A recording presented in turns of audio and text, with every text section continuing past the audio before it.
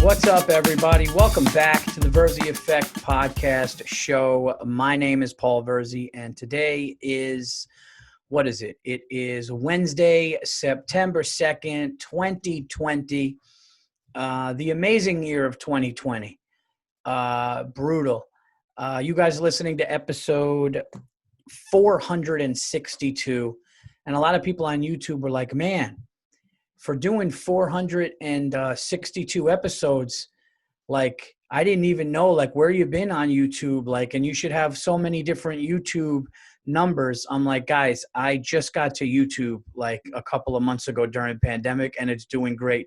People thought I was literally putting 462 episodes on YouTube. No, we just started with the YouTube thing. We have over 2,000 subscriptions, almost 2,100 subscriptions in a very short period of time. So I thank you guys for that. Please tell your friends, subscribe. You can get the Virzi Effect podcast on iTunes, Spotify, and everywhere else that you get podcasts. But no, we are new to YouTube and video. This whole thing is new. The studio is new that we built. So yeah, please spread the word, tell everybody, and thank you guys so much. It is my kind of day here in New York. It is pouring, rainy, gloomy, dark, just the way that I like it at like 2 o'clock in the afternoon, 3 o'clock in the afternoon. Don't get me wrong. My fans know, people that listen know, I like a sunny day, but there is nothing like a rainy, lazy, shitty day where it is pouring and raining outside. A lot of stuff to talk about on the show, but one thing that I really want to talk about is this election. I'm not going to get political. I'm not going to talk about sides. I'm a registered independent. I try to listen to everybody and think everybody has something. I choose to believe that not half the country is fucking stupid. But there is something that I find unacceptable. I'm going to get into that right now and talk about that. I just find it really ridiculous that every 4 years, we hear this is the most important election of your life. This is the most important election of your life. I heard that shit twice with Obama. No, I'm sorry. The last time with W. Bush, twice with Obama, the first time with Trump, now the second, election season with Trump and Biden. We're hearing it again. How dumb are the American people that we continue to say that and we continue, no, this, and at the convention, which is the most important election of our lives, and everybody claps. And then what's going to happen in 2024? No, seriously, this one is the most important election of our lives. Everybody claps. What's going to happen in 2028? No, I swear on my mother. I swear to God on my mother. This one is, I know I was bullshitting with the other ones. This one is the, 2032. God strike me dead. God strike me dead. This is the most important election of your life. Shut the fuck up. No, it's not. It's stupid. It's propaganda. It's your agenda. It's such stupid bullshit. It's not the most important. You know what the most important thing is in our country right now, guys? The most important thing in our country right now is treating everybody with respect, treating everybody equally, being kind, and letting everybody feel the same sense of safe, secure, and happy that everybody should be. That's what it is. And until that fucking happens, I'm not going to listen to a politician in a suit going, this is the most important. No, it's not. Because you know what? You said that, and then Obama got elected, and then Trump came in and changed it. And then you know what? The next guy after Trump is going to come in and change what Trump did. Stop lying to people. It's not the most important. The most important thing that needs to be done is human behavior. That's what it is. Human fucking behavior. Cut the shit. It's unacceptable. There you go. I feel good. We started off the show the way I wanted to start off the show. This is the most important. If I said that to my kids after a while, you know what they would say to me? If I was like, guys, this is the most important homework that you're going to do. Okay, this is math. You're going to use numbers the rest of your, and then all of a sudden another thing, science. No, seriously, guys, with medicine changing, this is the most important stuff you need to study. No, guys, seriously, social studies, not knowing your history is bad. This is the most important stuff because it's history repeats itself. You can't let, it's like after a while, it's like cut the shit. I used to do this. I bought into this. I used to be a sales manager. I was a sales manager. I'm sorry, I was a sales supervisor for a company selling phone, cable, internet, door to door. Years ago, I was knocking doors in Queens. I was knocking doors in Manhattan. We were setting up lobbies in Manhattan, and we were selling RCN cable, phone, cable, internet. I was in my early 20s, 21, 22 years old, and I ended up doing really well. I had a team of guys under me, like twice my age, and I ended up saying the same shit. I would just get them in a meeting. Guys, knock 10 doors when you want to go home. That's what counts. What are you doing? Talk to them. You're going to get sales. If you're tired and you go home, it's never going to happen. And then one time this Russian guy finally called me out. And he goes, Paul, every meeting is same. So we know. Dude, one of the funniest things, I think I talked about this on a podcast before, but never mind. And this is a true thing. One of the funniest things ever was I had this older Russian dude working for me, under me, on my team, I should say. Great dude.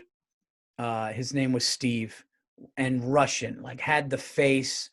Like if you put a trench coat on this guy and a fucking hat, he could have played, like he could have been like in the movies, like a James Bond villain or like a henchman. He just had that Russian face, but he was a good salesman. He was a good guy. And I'll never forget this shit. This is one of the funniest things. He called me one time, and they would call me out. They'd call out sick to work. I'm sorry. I don't know what's going on my phone. They would call out sick to work to me. They would call me and be like, hey, man, I can't make it in or whatever. And this dude, Steve, this Russian dude, he called me up. And I'll never forget. He goes, Paul, hello. I go, hey. He goes, hello, Paul, listen, I can't make it today to work. He goes, I don't need to laugh. He goes, Paul, I can't make it in today. My cat, he died. And my kitty who is my friend. And I am fucking trying everything in my power, okay, to hold it in. Here's a grown man. I'm 22, 23. I left at 23. I worked there 21, 20. I worked there for 3 years, and from 21, 22, and 23. And I started doing stand-up and open mics around when I was 21. But I needed obviously some income. So when I dropped out of college, I was doing this phone, cable, internet shit. And here I am, a 23-year-old kid with a guy in his 40s on the phone with me going, Paul, I'm sick. My kid, he died. He goes, I'm sick. I just can't. I'm a mess. And I am fighting back. I'm going, all right, man, I'm sorry about your cat. And this guy was like a tough Russian. And I just picture him like holding his cat crying. And I don't know why I was just going to burst out laughing at this guy, in this guy's face. It was one of the funniest. I wish I could have the phone call, because I hear it. Paul, I'm sick. And it was like one of the most honest, emotional phone calls. But to hear it in that accent from this like tough face guy, it was really, really fucking funny. But I don't know why. I don't know where I was going with that, or what started this. But I don't know. Paul, hello. And I love the Russian accent. Hello. There was this one guy, Val. His name was Val. And he would show, like Val Kilmer. And he would show up. He was older, always smiling and always in a suit. And he would go to buildings, and you would hear, and he was literally like, he sounded like Gru from Despicable Me. He would be like, hello, little boy. Tell your mommy that Wall, Wall was how they say Val. So he'd be like, tell your mommy that Wall is in the building, your phone cable. And I worked with all these Russian people, man, and it was just such a trip. They were so funny. They were so cool too. But I don't know what the hell. I can't even go back. I don't even know what I was originally talking about, why I brought that up. But maybe I was just talking about from the beginning when, you always hear like the same shit. Oh, that's what I was talking about. You always hear the same shit. You always hear, the speeches are the same. The sales speeches are the same. You go to your job, right? I'm sure everybody listening to this can agree or relate. When you go to your job and you get there at 9:00 in the morning on Monday, I'm sure around 9:30 or 10 o'clock or 10:30, there's a meeting. And the meeting is kind of the week and what happened last week and what needs to be done. And it's really all bullshit. It really is all bullshit. As a matter of fact, it's probably more effective to have less meetings. Okay, that's why companies after COVID, I believe this, after COVID, companies are going to have like a thing where they're like, we don't need to spend money on leases or rent anymore. We can do a weekly or bi-weekly Zoom meeting to let everybody know where we are. We can be in the comfort of our own home. The product that we're either selling or whatever our service is can still be talked to our customers. And you're going to realize that. And it's the same thing with politics. All the conventions and the State of the Unions and this, it's all the same stuff. It's we've done this. They want to do that. This will help. That'll hurt. Or that'll hurt. This will help. It's all the same bullshit. And until people start realizing that shit doesn't matter and that it's never going to not be, we're never going to not be divided.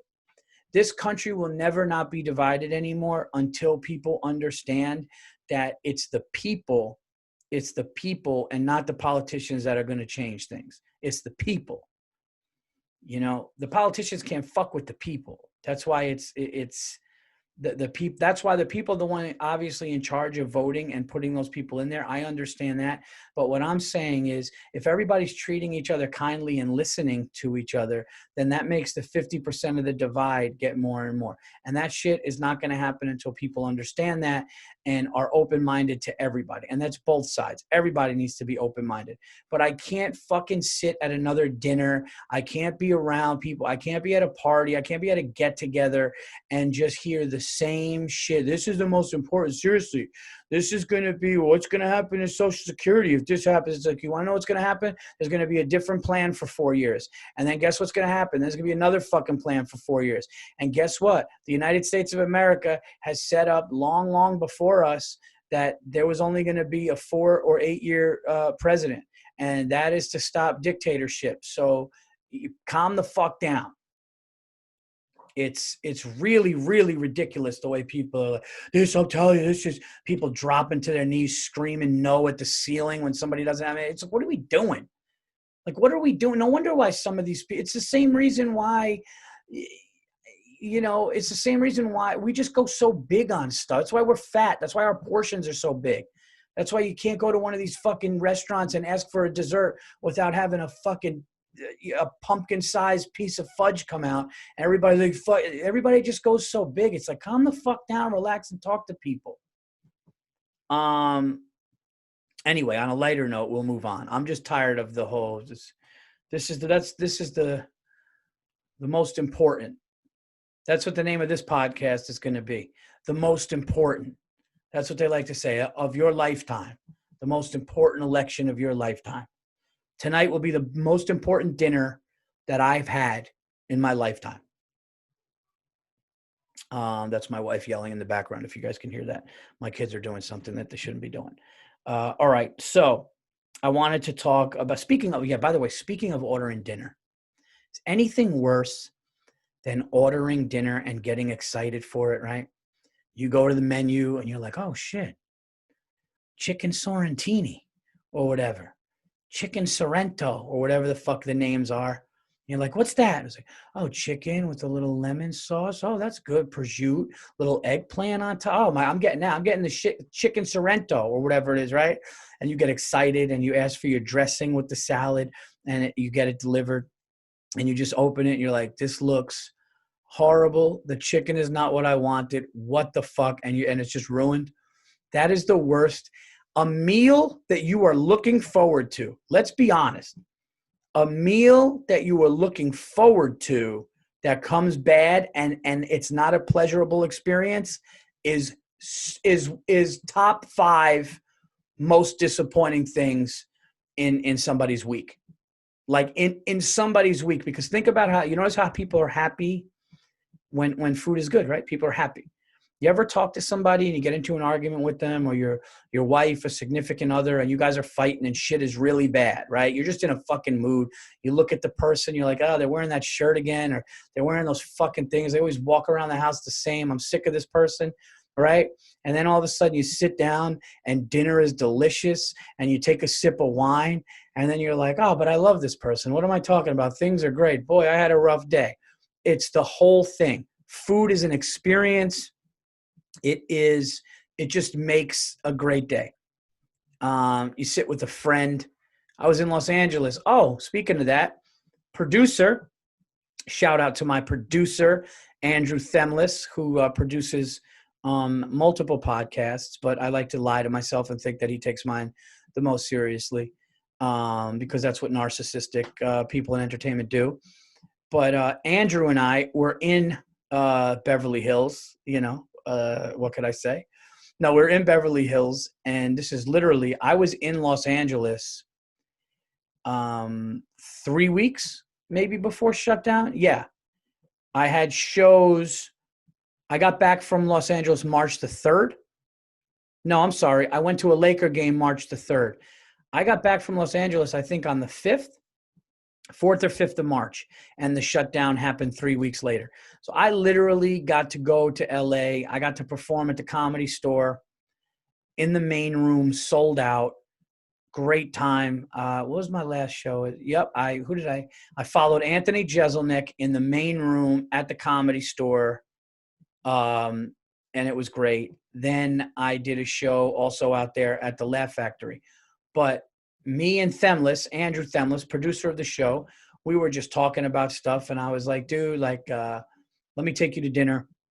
And, he was really kind to me out there. He helped me out when I was in Beverly Hills. And I was like, let me take you to dinner and stuff. And we were talking about podcasts and everything. And we just go and we sat down and we stayed in this restaurant for 3 fucking hours, drinking wine, ordering appetizers, then ordering a meal or a salad, whatever it was.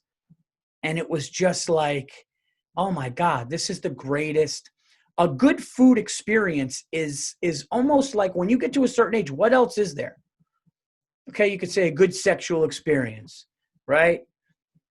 You and your wife, significant other, whoever, you just have a fucking unbelievable episode, right? Everything is good. It's great. Okay, that's great. That's up there. We need that as humans. But a meal, a fucking good bottle of wine, a nice steak or piece of chicken, appetizer, killer, dessert, and then coffee, and the whole fucking thing. I mean, what else? What the fuck else is there?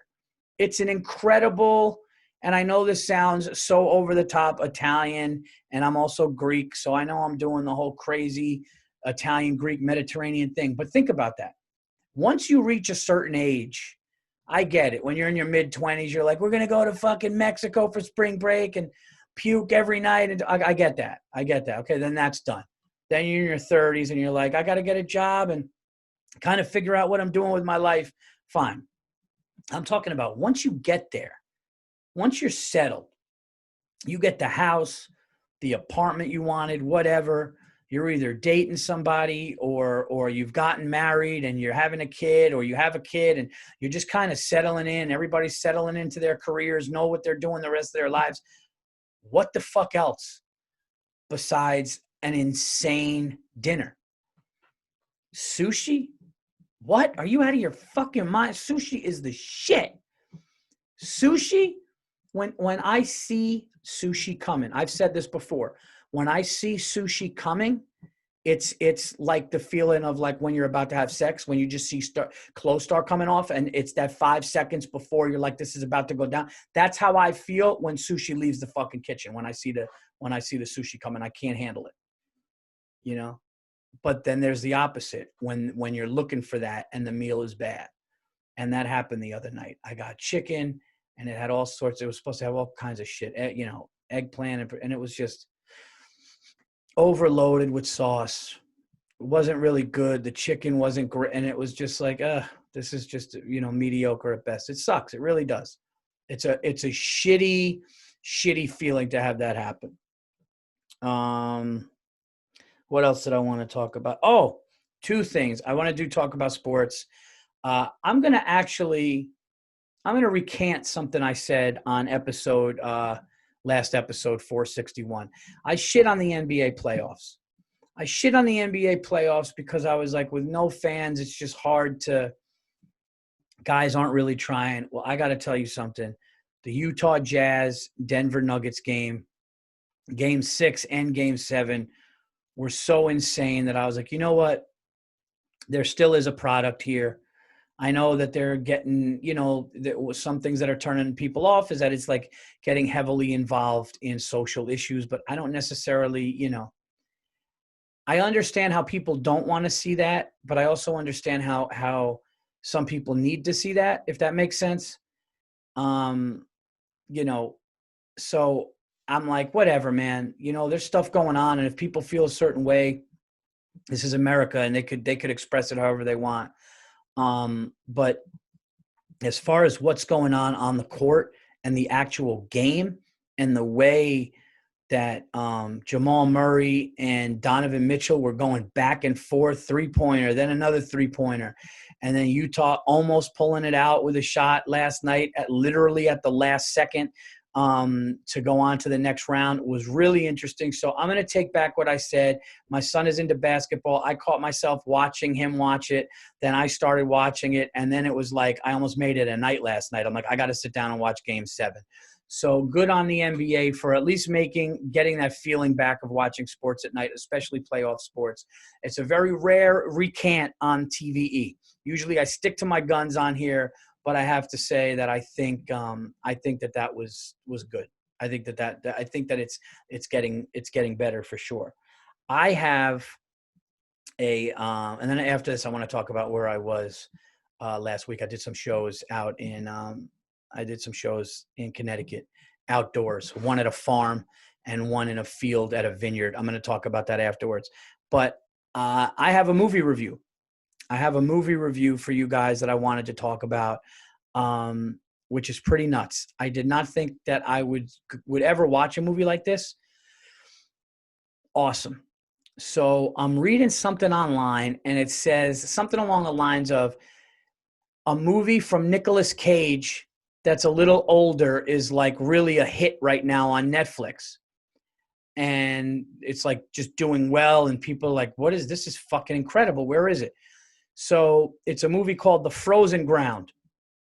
Highly recommend it. The Virzi Effect gives it, yes, both thumbs, 90% Rotten Tomatoes, all the shit you want to say. I got to come up with a meter for the Virzi Effect, movie meter or whatever. But the Virzi Effect movie meter, let's say the Virzi Effect movie meter is a 10, is the highest. I give The Frozen Ground like a 9.1.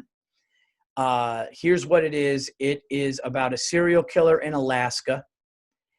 And Nicolas Cage is like 2 weeks from retiring, and he gets this. Of course he is, but based on true events, true story. This cop was a detective. He was a detective in Alaska. One of the serial killer's victims gets away at the beginning, kind of remembers where she was and says stuff, but she's off being like, she was a prostitute. She was working in strip clubs. She was kind of all fucked up. And Nicolas Cage was like, this is the only key to it. She's the one that got away from the serial killer. And it's just a true story based on true events. Awesome. This guy was taking women out to the woods, killing them, burying them. And then at the end of the movie, you see the real victims rest their souls. And I was in. I was fucking in. I started watching it at like 1 a.m, and I was so tired that I'm like, oh, I'm going to give this 10 minutes. And I got through like half, and then my body, I was like, I'm not going to be able to enjoy this. So I wanted to stop it. I go, I'm stopping this, and tomorrow the next half is going to be amazing. And it was. So I hope I'm not overhyping it. Maybe it's because there's so much shit out there. There's not a lot of stuff to watch or do. But I will tell you, Frozen Ground with Nicolas Cage. Check it out. John Cusack is in it. Really, really good, based on true events with a serial killer in Alaska. What, are you not going to watch that? Of course you're going to watch that. So anyway, and what's David Blaine? I just want to talk about David Blaine for a second. It's like, I get that, like, he does stuff like stay in ice and hold his breath. It's like, but now he's like over a desert. He's over a desert in Arizona, just holding nothing but helium balloons that's lifting him up. And I'm almost like, all right, like, and then you're going to pop one and slowly lower. Like, where's the magic in that? And don't get me wrong, I'm not trying to shit on David Blaine. David Blaine has done some wild card tricks. But here's the funny thing about magic, guys. The funny thing about magic is it's magic. It's not fucking real. It's a magic trick. It's a fucking lie. So when David Blaine, and again, I'm not trying to shit on David Blaine, but when David Blaine starts like doing this shit and he starts gagging and a fucking, a frog comes up, he had a frog in his stomach. Like, nobody's just going, what do you want, a snake? A fucking snake. Like, a snake flies out. Like, that doesn't, like, these people that are getting, like, listen, a good card trick is great just because I admire the sleight of hand, how quick it is. You're like, oh my God, that's like insane. Comedian Jimmy Schubert, shout out to Jimmy Schubert. Jimmy Schubert is, epic comedian for many years, out in Los Angeles, I think from Philly. And the guy is a magician too. And the guy was doing card tricks. I was in Vegas and we were sitting down late at night having some drinks, and he was doing card tricks for us. And the guy like blew my mind. Blew my fucking mind. Like, he had a box of Altoids, the mints, and he'd open it up and you'd see them, and then he would close it, and then he would like open it back up and they weren't there and shit. And it was like really like, now I know it's a trick, but it was like really nuts. But like the shit that these guys do when they try to take it to another level, like elevation and then just float up, it's like they're not doing that because that's not like, because the law of physics and gravity doesn't allow that. It's a fucking fake. It's not happening. He's not floating. I know he's not floating. I'm a grown up who understands that that's a clear fucking illusion. It's fake. So this guy like makes a fucking frog come out of his mouth, and people like, losing their shit. And fine, that is pretty cool. If you go on a talk show and you're like, think of an animal, think of a creature that lives in water, you're probably going to say like a frog or a turtle or a fish. And if that person just regurgitates one up, it's like, oh shit, that's kind of nuts that he just fucking spit it out in a glass of water. That's a little fucking wild. But like, I don't know, like holding balloons that are helium and just floating over a desert. It's I don't understand I don't understand the trick.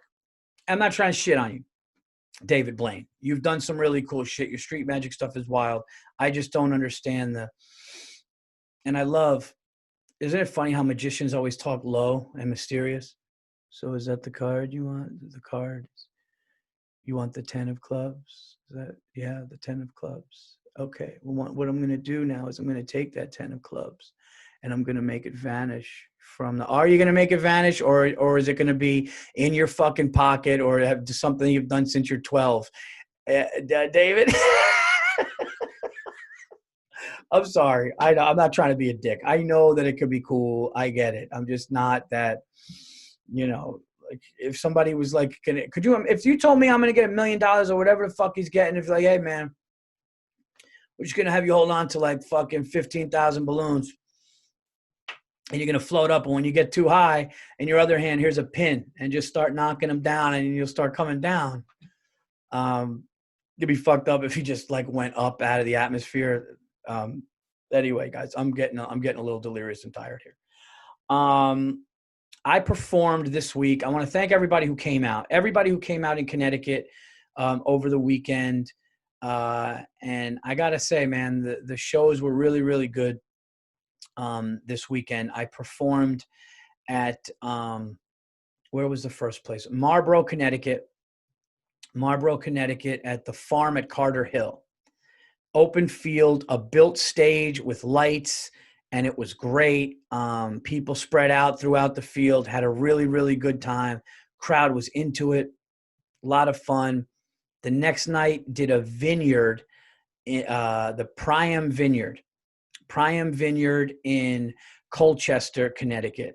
And outdoors, cool little venue, people spread out, tables, they had bottles of wine. Shout out to all the fans who came out. I really appreciate all the podcast fans who came out to the vineyard. It was really, it's different. I'm not going to lie. It's different and awkward when you're not inside and you're not, standing on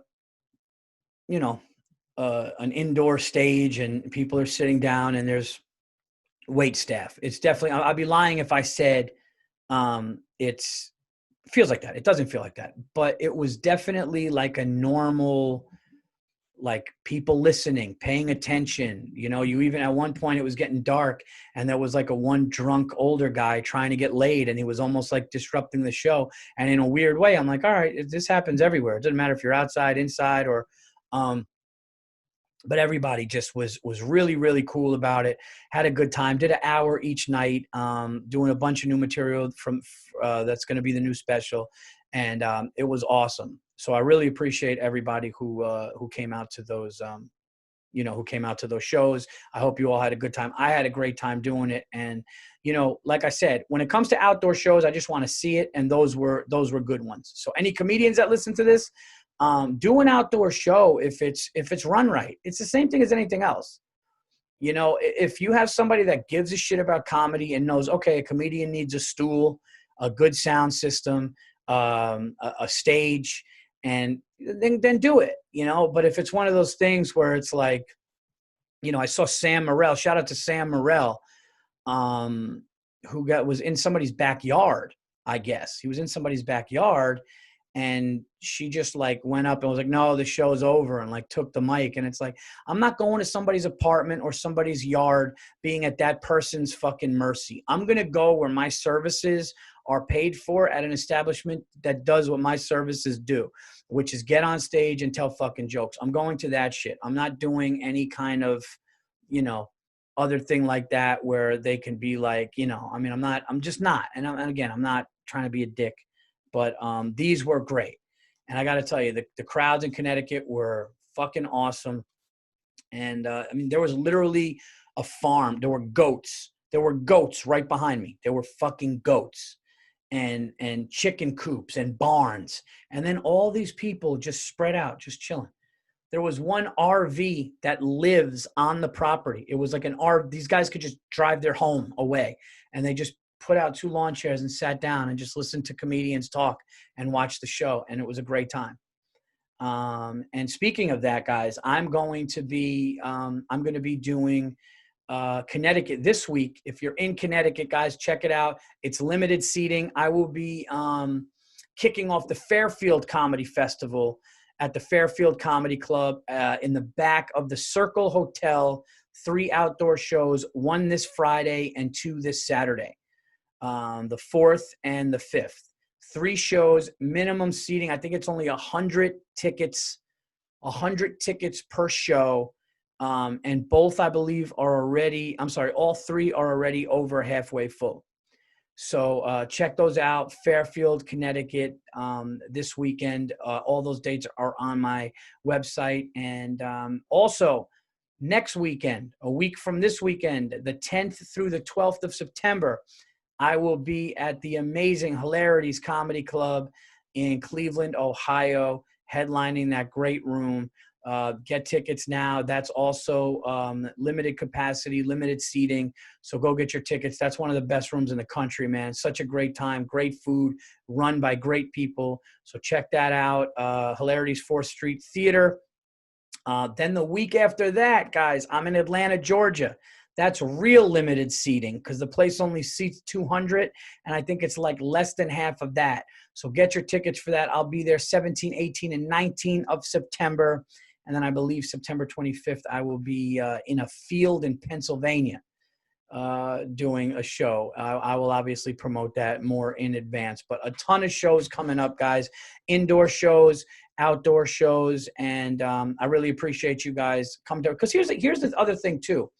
I feel like what I noticed with outdoor crowds, and I don't think comedy inside is dead at all. I don't think that. I think there's a lot of doom and gloom people going, oh, comedy's dead. Comedy might be dead in New York and LA for a while, a year or so, maybe more. But there are places that people will go and watch and actually pay attention and want to and need it. They actually fucking need it. And the reason they need it, guys, is because they need it because all the shit going on. You want to know why they need it? They need it because this is the most important election of your lifetime.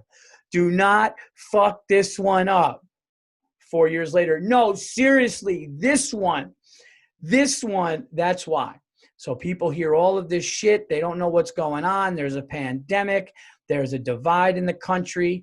There's racial tension in the country. There's stuff going on with police officers, all of these things that are going on. And people are like, you're damn right. I'll get a bottle of wine. I'll sit in a field at a fucking picnic table and I will watch a professional comedian make me laugh. So my day, week, month, year is better. That's exactly why. So what I found doing these shows, and I'm sure this is the experience of not just myself, but all I can do is speak for myself, is that these shows are really, really good because the crowd is in tune.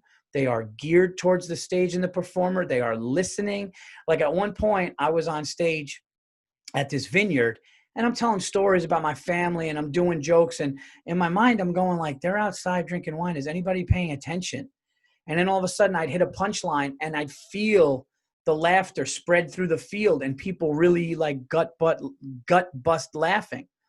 And it was like, oh man, this is like, they want this. Because you have it in your head, like, is this some extra shit? And it's like, no, they came for comedy. That's who you want to perform for. You always want to perform for people that came for comedy. You never want to perform for people that came to drink and comedy happens to be there. That's the fucking difference. I did that shit in Kentucky. It was almost like, and it was at a comedy club, but it was almost like, yeah, man, we go to the club, we drink, then there's a motherfucker on stage. It felt like that. And I'm not even trying to be a dick. I love Kentucky. As a matter of fact, I thought about retiring in Lexington. That's how much I loved it. But this one place, I was in Louisville, and this shit was a shit show. Just hammered, drunk people. Just like, all right, man, try to pay attention. It was like that. That's what you don't want to do. And that's what I was afraid of with this pandemic thing. But that has not been, that has not really been the case. Also, I want to thank you guys for the positive comments on the Dude I Called It episodes and also subscribing to the Paul Virzi YouTube channel and subscribing to the Dude I Called It channel. We just had Jerry Ferrara. You guys know Jerry from his role Turtle on Entourage. Was just such a great guest. He had a great prediction about who he thinks is going to win the NBA Finals, and it's anybody here that listens would think he picked a team from the East that he says is going to win it all. It was crazy. He also did a great something that he called when he was younger. That's what the show is. So you check that out. We got another one coming this week with Brett Ernst. So that's going to be great. And please, thank you guys so much for subscribing to the YouTube channel. Like I said, we have over 2,000 on each of those, and we just recently launched them. So spread the word there. And please get your tickets for this weekend in Fairfield, next weekend in Cleveland, and the weekend after that in Atlanta. If you guys would like to submit your unacceptables, I will be reading those now and speaking to those people. We're still figuring one thing out with the Patreon, but there's a couple things in the works right now. So, I told you guys video and all this shit was coming. Well, there's more stuff, but I gotta just make sure it all happens before I fully announce it. But if you would like to say something, you can write to unacceptablesfortve@gmail, and I'll try to pick. I'm not going to be able to read all of them, but like really like funny ones and clever ones and stuff like that, or stuff that's, going to be good for the show. I will definitely read them and shout you guys out. I can't tell you guys enough. I thank you guys so much for listening to TVE. This has been episode 462. Do not be scared about the election and do not think it's the most important thing of your life. I assure you there's going to be a lot of other more important things in your life coming. The last thing that I want to say is this. The last thing I want to say is rest in peace to Chadwick Boseman. And the reason why I want to say that is because I didn't watch all of his movies in their entirety. And, and I'm not going to sit here and act like I met the man or I knew the man. And I hate when people do that when somebody when somebody in the public eye, especially somebody big like him, who was the guy's, Black Panther in the movie. I'm not trying to do that. Okay. The reason why I'm saying that is because I saw him speak at Howard and do the commencement speech at Howard University. And all I needed to hear was like 3 sentences of that when he talks about purpose and things. And I was just like, this guy gets it. And then I heard him in some interviews talking. And then I found out how he went to visit sick kids and knowing that he was fighting something that can take his life for that many years and doing that, and then going and visiting with terminally ill kids, man. It was really like things happened to me. I'll just say this. Things happened to me when I was younger, and I had a scare, and I had some friends that got sick with cancer. And I had a scare. My mother had stage 4 cancer. Luckily she's fine now because of Dana-Farber Institute. Shout out to them. I always shout them out on the podcast. Dr. Dimitri saved my mother's life. But when I was 22 years old, they found something in me, and they said, we haven't seen anything like this before, which was the same thing that they found in my mom, and my mom almost collapsed. And I'm not sure, but it was really bad. I had a mass taken out by my appendix. They also took my appendix out. And during that time, I had just started comedy, and I was like, is this thing going to be cut short? It was a really tough thing. And after I got better and I found out what it was, and it was an infection, and it was benign, nothing malignant and everything like that, I had this awful feeling for young kids who got sick. And I would always tell my wife, like, I want to do something for them or visit.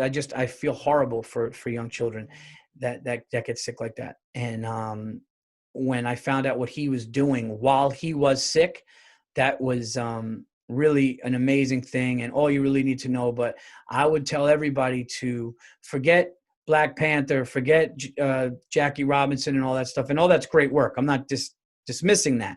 But if you want to know about the guy, listen to what he said at Howard. And I thought it was really amazing. And, the loss of him and still Kobe Bryant, which fucks with me, is brutal. So anyway, I just want to say that dude was really a beast, and rest in peace. And that's it. I don't mean to end the show on a bad note, but I just wanted to say that, because when you see somebody who kind of believes the way you believe and thinks the way that you think, and, I'm a spiritual guy, man. I believe in things like that. I believe in, I believe in that. I believe in destiny and purpose and all that stuff. And if you hear him talk at Howard, you'll hear that as well. So anyway, guys, this has been TVE episode 462. Tell your friends about the show. Spread the word. Come and see one of my stand-up shows in the next couple of weeks. And until then, I'm out of here. Be well.